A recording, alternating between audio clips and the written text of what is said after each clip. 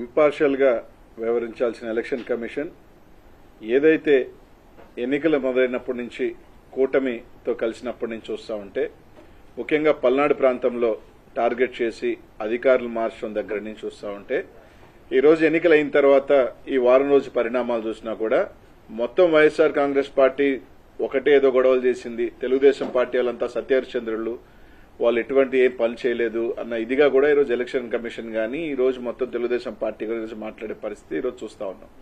అదిగాక 13వ తారీఖు నుంచి ఈ రోజు దాకా మాచర్లో జరిగిన గొడవలు కావచ్చు, లేకపోతే పిన్నెల రామకృష్ణారెడ్డి గారి మీద వస్తున్న అపోహలు కావచ్చు, అన్నీ కూడా ఈరోజు స్పష్టంగా మేము ఒకటే చెప్పదలుచుకున్నాం. ఈ రోజు ఏదైతే ఎన్నికలు మొదలైనప్పటి నుంచి ప్రత్యేకంగా ముఖ్యంగా పల్నాడు ప్రాంతాన్ని టార్గెట్ చేయడంలో కూడా ముఖ్యంగా దాంట్లో మాచర్ల నియోజకవర్గానికి సంబంధించి ఎన్నికలు ఇంకొక 3 రోజులు ఉండగానే అధికారులంతా ఒకటౌటిన మార్చడం, ఎస్ఐల్ని సీఐల్ని మార్చడం, సీఐలు కూడా వాళ్ళ సామాజిక వర్గానికి సంబంధించి సీఐలు తీసుకురావటం, ఇవన్నీ కూడా చూడటం జరిగింది. ఈరోజు వాస్తవానికి ఆ రోజు ఎన్నికల రోజు కూడా అనేక సార్లు మా ఎమ్మెల్యే అభ్యర్థి రామకృష్ణారెడ్డి గారు అనేక సార్లు చెప్పాడు. ముఖ్యంగా ఈరోజు వాళ్ళు చెప్తా ఉన్నారు, వాళ్ళ ఎంపీ అభ్యర్థి కృష్ణదేవరాయలు కానీ వీళ్ళందరూ కూడా ఏం చెప్తా ఉన్నారు, మాకు పోలీసు ఎక్కడా కూడా సహకరించలేదు, పోలీసు ఇది చేయలేదు, పోలీసు బందోబస్తు పెట్టలేదని మాట్లాడుతున్నారు.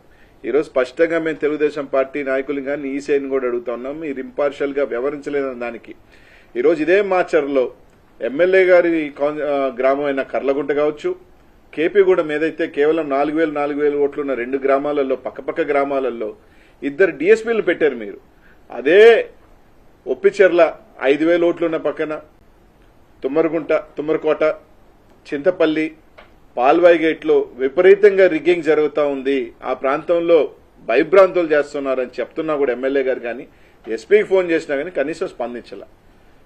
ఆ రోజు స్టార్ట్ అయిన రోజు చూసుకున్నా కూడా ముట్టుకూరు గ్రామంలో ఆ రోజు ఆ తెలుగుదేశం పార్టీ వాళ్ళు పోయి ఎస్సీలని బీసీలని కొట్టడం కానీ, ఈ రోజు అలాగే తుమ్మరకోట్లో అయితే దాదాపు ఈ రోజు ఈసీని అడుగుతా ఉన్నాం మేము, మీరే అన్నారు 9 దగ్గరలా ఈవీఎంలు పగలగొట్టారని. కేవలం ఒక్క రామకృష్ణారెడ్డి గారిది మాత్రమే ఎందుకు రిలీజ్ అయింది? ఈ రోజు ఎలా రిలీజ్ అయింది? మీరు రిలీజ్ చేశారా లేకపోతే ఎవరైనా రిలీజ్ చేశారా? కనీసం ఈ రోజున ఈసీ దాని మీద ఎందుకు చర్య చేపట్ల? 9 పగలగొడితే కొరవ 8 ఎందుకు రిలీజ్ కాలేదు? కొన్ని 8 సంఘటనలు ఎందుకు రిలీజ్ కాలా? ఆ ఫుటేజ్లు ఎందుకు బయటకు రాలా? దీని మీద అన్ని కూడా చూస్తున్నప్పుడు ఒక అనుమానాలు దావదిస్తా ఉన్నాయి. ఈరోజు తుమ్మరకోటకు సంబంధించి తెలుగుదేశం వాళ్ళు పగలగొట్టారు, దాదాపు ఇంకొక దగ్గర పగలగొట్టారు, చింతపల్లిలో రిగ్గింగ్ చేశారు, ఒప్పిచెర్లలో అయితే ఎస్టీలని ఓట్లు లేకపోతే బూత్లో కొట్టుకొని బయటకు తీసుకొచ్చారు.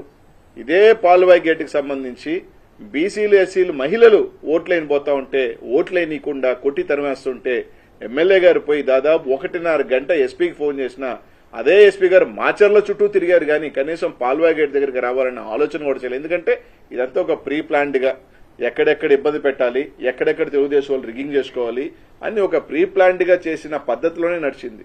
1.5 గంట సేపు ఎమ్మెల్యే గారు ఆడ నిలబడి ఈరోజు ఎస్సీలు గాని మహిళలు గాని వచ్చి బోరుమని ఈ విధంగా మమ్మల్ని ఓట్లనేది కొట్టి తరిమేస్తారని ఎస్పీ గారిని స్పందించకపోతే ఏ అభ్యర్థి అయినా ఎవరైనా ఏం చేస్తారు?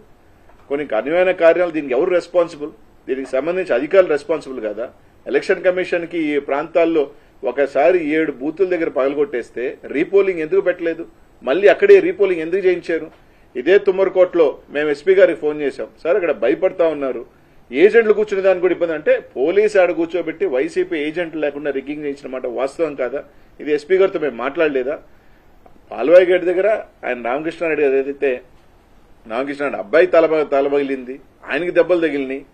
ఈరోజు అనేక రకాల అరాచకాలు తెలుగుదేశం పార్టీకి వత్తాసుగా ఈరోజు అడుగుతా ఉన్నాం. మీరు చెప్తా ఉన్నారు కదా, కానిస్టేబుల్ 2 గ్రామాలకు సంబంధించి డిఎస్పీలను పెట్టి కర్లకుంటలోను కేపీగూడెంలో ప్రతి ఓటర్ని ఇది నీ ఓటా అని మీరు చూసిన డిఎస్పీ గారు ఒప్పిచెర్లో గాని, తుమ్మరకోటలో గాని, చింతపల్లిలో గాని, పాల్వాయిగోట్లో గాని ఎందుకు చూడలేదని అడుగుతా ఉన్నా. అక్కడికన్నా ఎక్కువ ఓట్లున్న ప్రాంతం కదా, ఇక్కడ ఎందుకు పెట్టలేదు మీరు డిఎస్పీలని? ఎందుకు సీఐల్ని పెట్టలేదు? ఎందుకు ఎస్ఐని కూడా సంబంధించి ఎందుకు పెట్టలేదు? కనీసం దాని ఫుటేజ్లు రిలీజ్ చేయండి.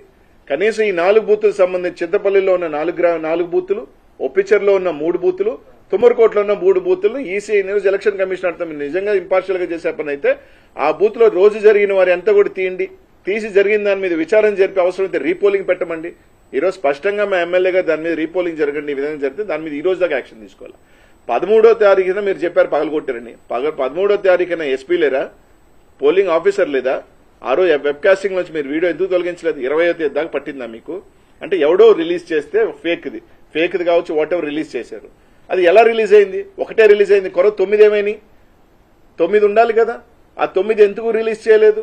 అంటే వైఎస్ఆర్సీపీఏ గొడవలు చేసింది అనేది ఒక బ్లూ ప్రింట్ ఇవ్వాలన్న క్రమంలో తెలుగుదేశం పార్టీని కాపాడుతున్న మాట వాస్తవం కాదా? ఈరోజు ఎలక్షన్ కమిషన్ ఈ రోజు అడిగితే ఖచ్చితంగా వాళ్ళు పార్షాలిటీ చూపిస్తా ఉన్నారు. ఈ రోజు కూడా తెలుగుదేశం పార్టీ ఒత్తాసుగానే పలుకుతా ఉన్నారు. వాళ్ళ పద్ధతి కానీ వాళ్ళ తీరు కానీ చూస్తా ఉంటే తప్పకుండా ప్రజాక్షేత్రంలో ప్రజలు మా వింటున్నారు, వైఎస్ఆర్ కాంగ్రెస్ పార్టీ వింటున్నారు. జూన్ 4న రాబోయే ఎన్నికల్లో మళ్లీ జగన్మోహన్ రెడ్డి గారు ముఖ్యమంత్రిని చేసి అదే మాసల నియోజకవర్గం కూడా రామకృష్ణారెడ్డి గారు మంచి మెజార్టీతో గెలవబోతా ఉన్నారు. దాంట్లో మీరు ఎన్ని దొంగ చేష్టాలు చేసినా, నా రూల్ రిగ్గింగ్ చేసినా, గ్రామాల మద్దతు వైఎస్ఆర్ కాంగ్రెస్ పార్టీకి ఉంది, అన్నీ ఉన్నాయి. తప్పకుండా దీన్ని ఏ విధంగా లీగల్ గా మేము ఫైట్ చేయాలో ఫైట్ చేస్తాం. తప్పకుండా దీనికి సంబంధించి సత్తెనపల్లిలో బూతులు రిగ్గింగ్ అక్కడ చెప్తే దాని గురించి స్పందన లేదు, ఎక్కడా లేదు. ఒక్కసారి ఈవీఎంలు పగలగొట్టిన తర్వాత మళ్లీ కొత్త ఈవీఎం తీసుకొచ్చి పోలింగ్ చేయించారంటే రిగ్గింగ్ చేసుకోమని అర్థమే కదా. దీన్ని రిగ్గింగ్ చేసుకోమని ఆ రోజు నేను ఎస్పీ గారికి స్వయంగా నేను ఎమ్మెల్యే అభ్యర్థి రామకృష్ణారెడ్డి గారు ఎస్పీ గారికి ఫోన్ చేసి తుమ్మరకోటలో రిగ్గింగ్ జరుగుతుంది సార్, మీరు ఉంటానంటున్నారు కదా, మేము వస్తాము అని చెప్తే ఎమ్మెల్యేగా మీరు రావద్దు, ఎంపీగా మీరు రండి అని చెప్పి మేము వచ్చేటప్పటికి ఎస్పీ గారు మాత్రం బయట వెళ్ళిపోయారు. వేరే ఊరిలో ఉన్నాను సార్, నేను లేను అని చెప్తాడు. అంటే ఈ విధంగా ఎక్కడికెక్కడికి తప్పించుకునే కార్యక్రమం, ఎక్కడికెక్కడికి తెలుగుదేశం పార్టీ వాళ్ళు రిగ్ చేసుకునే కార్యక్రమం, ఎస్సీలని బీసీలని ఓట్లకు రాకుండా కొట్టి తరివేసిన కార్యక్రమాలు అన్ని వీడియోలు రిలీజ్ చేస్తే తెలుస్తుంది ఎవరు దౌర్జన్యాలు చేశారో, ఎవరు అరాచకాలు చేశారో, ఈ రాష్ట్రంలో ఎవరు హింసాకాండాన్ని ప్రోత్సహించారో అన్ని కూడా బయటకు వస్తాయి. అలా కాకుండా కేవలం రామకృష్ణారెడ్డి గారే తప్పు చేశారు, రామకృష్ణారెడ్డి గారే రౌడీజం చేశారు, రామకృష్ణారెడ్డి బిడ్డ తలగా కూడా పగిలింది, అది కనిపించట్లేదా? తన 20 సంవత్సరాల బిడ్డని 26 కుట్లు 5 కుట్లు పడ్డాయి, వాళ్ళ డ్రైవర్ కి 18 కుట్లు పడ్డాయి, అది కనిపించట్లేదా? వాళ్ళకి తెలుగుదేశం పార్టీ వాళ్ళకి గాని ఆ పచ్చ మీడియాకి ఏ విధంగా కొట్టారన్న సంగతి కనిపించట్లేదా? బుడగజంగాల మీద దాడి చేసింది కనిపించట్లేదా? ఎస్టీలు ఓట్లు వేస్తుంటే వాళ్ళు కొట్టి బయటికి తరిమేసింది కనిపించట్లేదా? రాడ్డులతో తుమ్మరగుంటలో ఈవీఎంలో రాడ్డులతో పోయి ఈవీఎంలో పాల్గొట్టింది కనిపించట్లేదా? అంటే ఎన్ని మీద కూడా ఈసీఐ ఖచ్చితంగా కఠినంగా వ్యవహరించాలి, ఇంపార్షియల్ గా వ్యవహరించాలి. ఈ విధంగా ఖచ్చితంగా అయితే లీగల్ కోర్సులో ఖచ్చితంగా మేము ఫైట్ చేస్తాం. తప్పకుండా ప్రజలు కూడా అర్థం చేసుకుంటారని తెలియజేస్తాం.